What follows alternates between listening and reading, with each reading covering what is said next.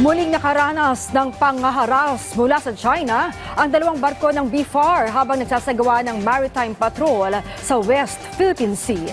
Yan ang ulat ni Clazel Pardilla. Oh, may pet!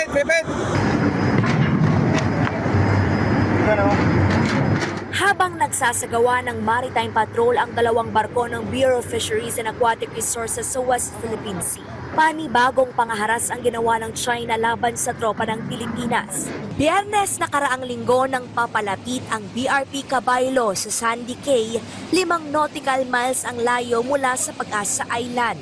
Isang Chinese militia na by bow number 00108 ang binangga ang tagilirang bahagi ng starboard ng barko ng Pilipinas. Bago yan, paulit-ulit na nagsagawa ng mapanganib na pagmamaneobra ang Chinese militia para harangin ang BRP Cabaylo. Nagresulta ito ng pagbangga at pinsala sa kanang bahagi ng unahan ng barko ng BFAR.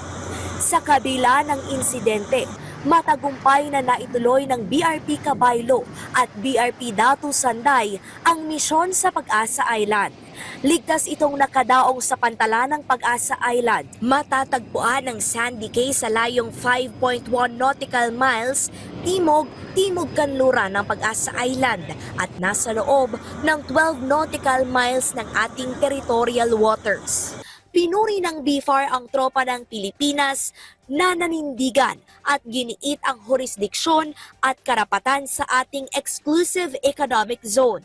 Una rito, binigyan diin ni Pangulong Ferdinand R. Marcos Jr. na hindi patitinag ang Pilipinas sa panghihimasok at panggigipit ng China at mananatili ang presensya sa West Philippine Sea.